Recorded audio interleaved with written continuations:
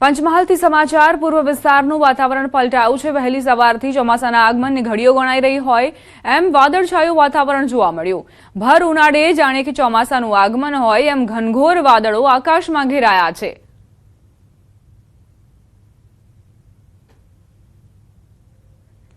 સુરેન્દ્રનગર જિલ્લાના સાયલા તાલુકાના વાતાવરણમાં પલટો જોવા મળ્યો। મોડી સાંજે ભારે પવન ફૂંકાવાની સાથે સાયલા તેમજ આસપાસના વિસ્તારમાં વરસાદી ઝાપટા પડ્યા। ભર ઉનાળે ચોમાસા જેવો માહોલ સર્જાયો। દિવસભર ભારે ગરમી અને ઉકળાટ બાદ વરસાદ થતા ગરમીથી રાહત મળી। ઉનાળુ પાકમાં તલ અને ઉનાળુ બાજરી તેમજ બાગાયત પાકમાં નુકસાન થવાની આશંકા છે। સુરેન્દ્રનગરમાં ભારે પવન સાથે વરસાદી ઝાપટા બાદ રસ્તા પર આ સ્થિતિ જોવા મળી। અહીં વાહન ચાલકો પસાર થઈ રહ્યા છે અને તે વચ્ચે જાણે કે ચોમાસું જામ્યું હોય તેવા પ્રકારનું વાતાવરણ સર્જાયું છે। આકાશમાં કાળા ડિબાંગ વાદળો ઘેરાયા છે અને વરસાદ વરસ્યો।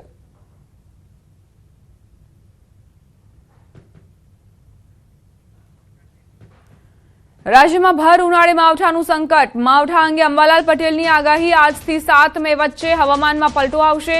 દેશમાં પૂર્વ ભાગમાં ભારે વરસાદની સંભાવના। 80 થી 100 કિલોમીટરની ઝડપે પવન ફૂંકાશે। 5 થી ઘણા ભાગોમાં હવામાન પલટાશે। 5 થી 7માં તો દેશના ઘણા ભાગોમાં હવામાન પલટાશે। પૂર્વ ભારતમાં ભારે વરસાદ થવાની શક્યતા રહે છે અને ભારતના ઘણા ભાગોમાં 80 થી 100 કિલોમીટર પ્રતિ કલાકનો પવન ફૂંકાવાની શક્યતા રહેશે। વાવાઝોડા અંગે મોટી આગાહી। 7 થી 12 મે દરમિયાન ઉપસાગરમાં લો પ્રેશર બનશે। 15 થી 25 મે વચ્ચે વાવાઝોડું બનશે। જૂનની શરૂઆતમાં જોરદાર વાવાઝોડું બની શકે છે।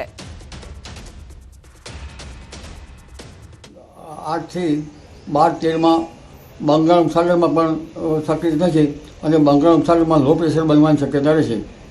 તારીખ લગભગ 15 તારીખથી 25 મે વચ્ચે બંગાળ ઉપસાગરમાં એક વાવાઝોડું બની શકે।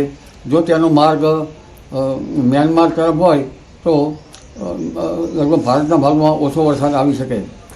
તારીખ જૂનની શરૂઆત સુધીમાં બંગાળ ઉપસાગરમાં વાવાઝોડા બનશે અને એક સખ્ત વાવાઝોડું બનવાની પણ શક્યતા રહે। ચોમાસાને લઈને અંબાલાલ પટેલની આગાહી। 25 મે ચોમાસું કેરળ કાંઠે પહોંચવાની શક્યતા છે। 8 મે સુધીમાં રાજ્યમાં પ્રી મોન્સૂન એક્ટિવિટી થશે। ધીરે ધીરે મે મહિનામાં પ્રી મોન્સૂન એક્ટિવિટીનો વરસાદ 15 તારીખથી 20 તારીખ વચ્ચે ક્યાંક આંધીવંટરો સાથે કે 23 તારીખ સુધીમાં આંધીવંટરો સાથે પ્રી મોન્સૂન એક્ટિવિટીનો વરસાદ થવાની શક્યતા રહેશે। આ તરફ રાજસ્થાનમાં હવામાનમાં સતત બદલાવ જોવા મળી રહ્યો છે। એકવાર ફરી અજમેરની સાથે જ બ્યાવર સહિતના વિસ્તારોમાં અનેક એવા વિસ્તારો છે કે જ્યાં તેજ પવન સાથે વરસાદ ખાબક્યો। સાથે જ દરમિયાન કરા સાથે પણ વરસાદ નોંધાયો છે, જેના કારણે સામાન્ય જનજીવન સંપૂર્ણપણે અસ્તવ્યસ્ત થઈ ગયું છે। આ વરસાદથી સામાન્ય જનતાને ગરમી અને બફારાથી રાહત અવશ્ય મળી છે। છેલ્લા 3 દિવસથી રોજ સાંજે તેજ પવન સાથે થઈ રહેલા વરસાદના કારણે દિવસમાં તાપમાનમાં ઘટાડો નોંધાયો છે।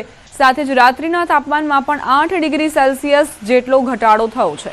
બ્યાવર જિલ્લાના અનેક વિસ્તારોમાં વરસાદ પડ્યો તો પિસાંગણ સબ ડિવિઝનમાં પણ વરસાદે લોકોને પરેશાન કર્યા। મધ્યપ્રદેશના વિંધ્ય પ્રદેશમાં પણ વાતાવરણનો મિજાજ બદલાયો છે। ભારે ગરમી બાદ અચાનક વાતાવરણમાં પલટો આવ્યો અને તેજ પવન સાથે જોરદાર વરસાદ ખાબક્યો, જ્યારે અનેક વિસ્તારોમાં કરા પણ પડ્યા। સતના, મહેર અને રીવા જિલ્લાના અનેક વિસ્તારોમાં કરા પડ્યા।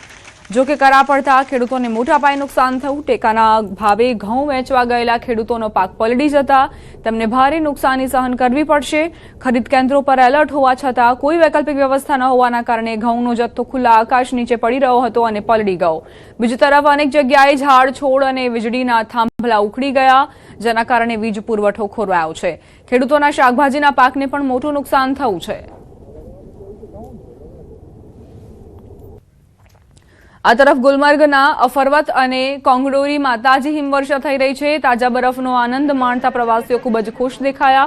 હિમવર્ષાનો અનુભવ કરવા માટે તેઓ રોપવે દ્વારા અફરવત અને કોંગડોરી પહોંચી રહ્યા છે। આ દરમિયાન મેદાની વિસ્તારોમાં વરસાદ ચાલુ છે। ઠંડીમાં પણ ઘણો વધારો થયો છે, જેના કારણે લોકોને ગરમ કપડાં પહેરવાની ફરજ પડી રહી છે। सयाहती मकाम गुलमर्ग में आप देख सकते हैं, यहाँ अफरवट और कोंगडोरी में ताज़ा बर्फबारी हो रही है और मैन बाउल में तेज़ बारिशें हो रही है। आप देख सकते हैं कि गुलमर्ग का जो मैन बाउल है, और इसी तरह अगर हम यहाँ कैमरा दौड़ाएंगे और इस जानिब जो अफरवट और कोंगडोरी पीक जो है, इस पे हल्की सी बर्फबारी हो रही है। और जो टूरिस्ट है गंडोला के ज़रिए से जो अफरवट और कोंगडोरी के पीक पर पहुंचते हैं, वो इस वक्त खूब आनंद ले रहे हैं। और इस वक्त क्योंकि महकमे मौसमियात ने कहा कि गिरज चमक के साथ बारिशें होंगी मैदानी इलाकों में भी, और पहाड़ी जो हायर रीचेस है, अपर रीचेस है, और वहाँ बर्फबारी होगी। और आज दोपहर के साथ ही यानी मौसम ने अपनी करवट बदल ली है और इस तरह मैदानी इलाकों में बारिशों का सिलसिला जारी रहा और जो अपर रीचेस है बर्फबारी हो रही है। और यहाँ ये भी कह सकते कि यानी सर्दी में काफ़ी इजाफा देखने को मिल रहा है। और जो गर्म मलबूसात है गुलमर्ग की अगर हम बात करते हैं, अभी भी जो गर्म जैकेट्स हैं वो यहाँ पे पहन रहे हैं लोग, और जिस तरीके से यानी मौसम ने करवट बदल ली है और इस तरह मैदानी इलाकों में भी अच्छी खासी बारिशें हो रही है। आप देखना है जिस तरीके से महकमे मौसमियात ने कहा, आज और कल मौसम इसी तरह अबर आलूद रहेगा और बारिशें होंगे। રાજસ્થાનના ઉદયપુર જિલ્લાના સાયરા પંથકમાં અચાનક મોસમનો મિજાજ બદલાયો। ભાનપુરા, મગ્ગા, ઢીકોડા અને રણકપુર સહિતના આસપાસના વિસ્તારો ગાજવીજ સાથે ભારે કરા સાથે પ્રભાવિત થયા। અંદાજે 2 કલાક સુધી સતત પડેલા કરાના કારણે રસ્તાઓ અને ખેતરોમાં બરફની સફેદ ચાદર પથરાઈ ગઈ। ભારે વરસાદ અને ફૂંકાયેલા વાવાઝોડાના કારણે જોરમા સહિતના અનેક ગામોમાં મકાનોના પતરા ઉડી ગયા હતા, જેના લીધે ગ્રામજનોને આર્થિક નુકસાન વેઠવું પડ્યું। કરા પડવાના કારણે જનજીવન પણ પ્રભાવિત થયું હતું અને લોકોને અવરજવરમાં ભારે મુશ્કેલીનો સામનો કરવો પડ્યો હતો।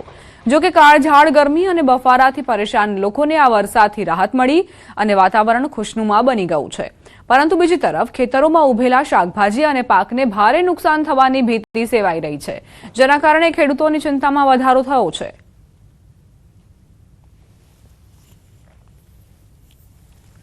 જમ્મુ કાશ્મીરના મેંઢરના ડબરાજ વિસ્તારમાં ઘેટા બકરાઓ પૂરમાં ફસાયા હતા। ત્યારબાદ જમ્મુ કાશ્મીર પોલીસ અને સ્થાનિક રહેવાસીઓના સંયુક્ત અભિયાન દ્વારા રેસ્ક્યુ કરાયું। પૂરના કારણે તોફાને ચડેલી નદીમાં કેટલાક બકરા અને ઘેટાઓ ફસાયા હતા। આ વિસ્તારમાં ભારે વરસાદના કારણે નદીમાં પાણીનું સ્તર અચાનક વધી જવાથી આ પ્રાણીઓ ત્યાં ફસાઈ ગયા। પોલીસ કર્મીઓએ તાત્કાલિક કાર્યવાહી કરતા સ્થાનિક લોકો સાથે મળીને એક સંકલિત બચાવ અભિયાન